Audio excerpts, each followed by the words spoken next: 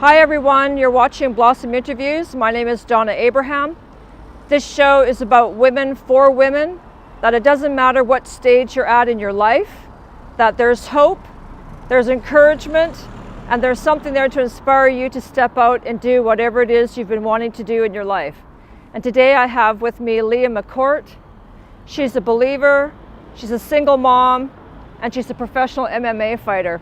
I'm really excited to have her here today, and we're actually going to do a little walk through the area of West Belfast, which to some of you, it's the Falls Road area, and there was a lot of issues here for a lot of years, and we're coming back here to for Leah because this is where it actually started for her with MMA. And we're at the Peace Walls right now. And Leah, tell me, do walls actually work?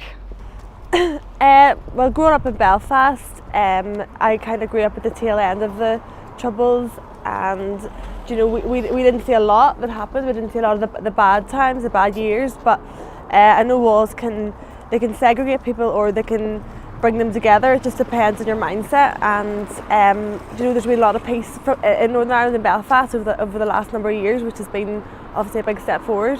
Yeah. And so, tell me about your family. You actually were living in Belfast for the first little while, and then when the Troubles got really bad, then your family moved out into the country. Tell me a little bit about your life in the country for yourself and your family, and what that was like growing up in Northern Ireland. Yeah, I think every person in Northern Ireland is either directly or indirectly affected by the Troubles and what went on.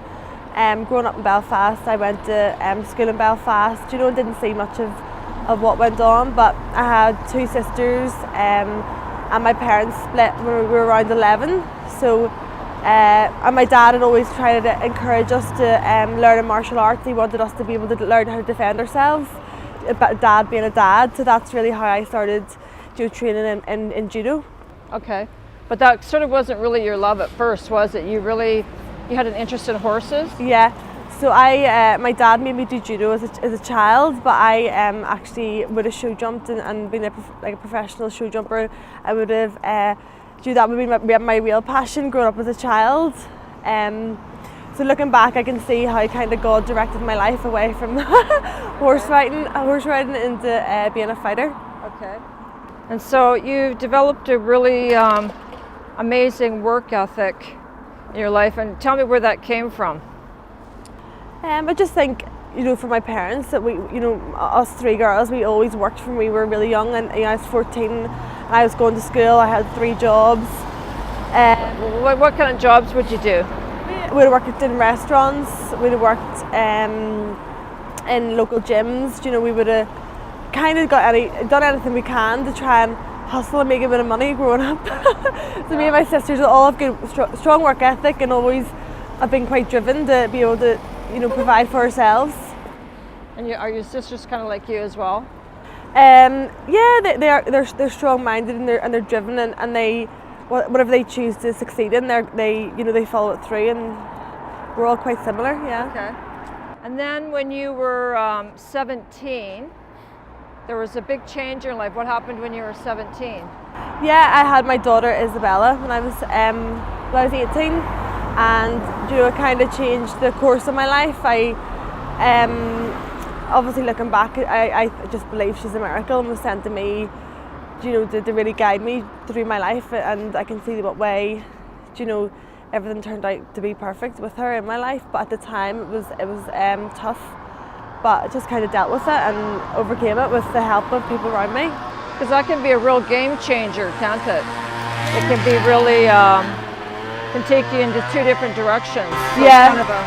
I think it's the same with any trial or anything you have to overcome in life. It's the way you look at it and the way you have to, you know, overcome. You can have a negative mindset or have a positive mindset, and just see it's been sent, you know, for a purpose. So that's what I did. Yeah, amazing. And so, it was after you had her then that you really started to focus on MMA, is that right? Yeah, so just I wanted to get a bit of time for me back, and I started training in a Muay Thai gym and an MMA gym, and whenever the guys had seen that I had a background in grappling, it kind of encouraged me to train in MMA, and I loved watching the guys get ready for their fights, and just thought it would be something really, really exciting to do. And so that was back in this neighbourhood then? So there was lots of gyms in this So yeah, I trained in a few different gyms in Belfast, and a lot of people really supported me and helped me, and set me up for life with the path that I'm on now. And so tell me about the titles that you won. You won the European Championship and the World Championship. Tell me about that and when that was. Yeah, so as an amateur, I won the European IMAF Championships in 2015 and went on to win the World Championships in Las Vegas in 2016. Okay, and that must have been really amazing. Did you have an amazing fan support here because of a girl from Northern Ireland won those titles? Yeah, so kind of throughout my career, there hasn't been any sort of support from government, or everything I've done is self-funded. I had to actually do a fundraising page to get to Las Vegas, and the people of Belfast and Northern Ireland really helped, and really supported me and got behind me, and I still appreciate this day that what they did to try or what they did to get me to the World Championships. Right. So, and then recently, I'm not sure how long ago it was, you were signed by Bellator. Tell me, is that a big deal? It's exciting, yeah. I'm quite early in my pro career, and they're one of the biggest organisations in the world, and it's a great platform to fight on, and hopefully there's going to be good opportunities to get regular fights and to be able to grow on that. It's kind of interesting because I looked at the name Bellator and it actually means warriors, so I thought that was kind of cool, yeah. Amazing. Well, and you have a big fight coming up in Dublin. Yeah, in 2 weeks it'll be my first fight on Bellator. Okay. So really looking forward to that and getting in preparation for them at the minute. So tell me, what kind of mental preparation and physical preparation do you go to work towards when you're getting ready for a big fight? For me, my life every day is training. Yeah. Because MMA, there's so many different martial arts in it. You have to, you just doing an 8-week fight camp isn't enough. You need to make it your life and be completely dedicated and study every single day of your life to be able to, fight and compete. So, just coming down the last couple of weeks, you're obviously, honing in on your skills. You're dropping your weight. You're more focused and just really focusing on your opponent and the fight coming up. Yeah. And so, tell me about this weighing in thing, because when you were talking about how you have to weigh in, and sometimes if you're carrying too much water in your system, you have to get it off. And I was kind of interested in how that process is like. Oh my goodness. Yeah, so just obviously you have to fight at different weights, and coming up to the last couple of months or weeks, you have to make sure you're close to that fight weight, because you don't want to have to cut too much weight, and the likes of salt baths, warm baths, saunas, things like that, runs in sweatsuits. But I kind of like cutting weight because it gets you. It's like all that preparation you have to go through because you're going to fight. It's kind of like a formula. Come up the last couple of weeks, that you're getting your body ready and your mind ready to compete. So it sets you up for the total event. Yeah. Okay. Gets you in fight mode. Yeah.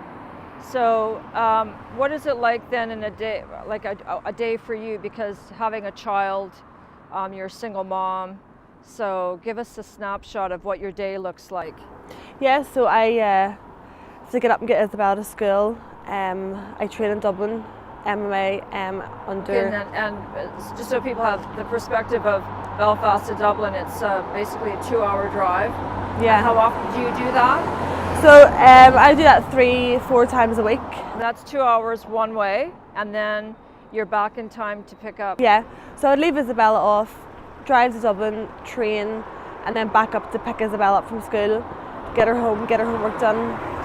I could be coaching that night, I could be taking clients, I could be probably doing I'll definitely be doing another session, whether it be boxing, strength and conditioning, Brazilian Jiu-Jitsu, just depends. So every day is hectic and every single second is accounted for in my life. I never have 1 second to just chill out. I have to boom boom, but that's kind of what I like and the way I want it to be. What are you passionate about, and what charitable organizations have you partnered with?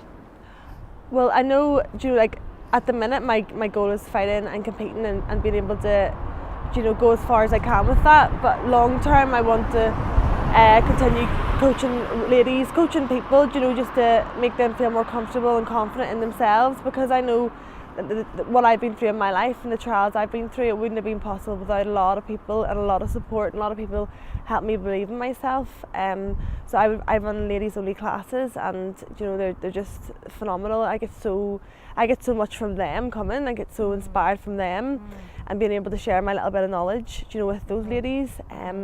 It's just really, it's something I really like doing. So what kind of groups or women or young people do these organizations work with? Like, what are some of the scenarios that they've told you about? Yeah, I know, you know, obviously I work with Active Community Network. They're an unbelievable charity in West Belfast that help young people get employment through sport and through running programs. You know, people maybe from disadvantaged backgrounds or from all different types of backgrounds that don't have the same opportunities as you know, maybe I've had or other people have.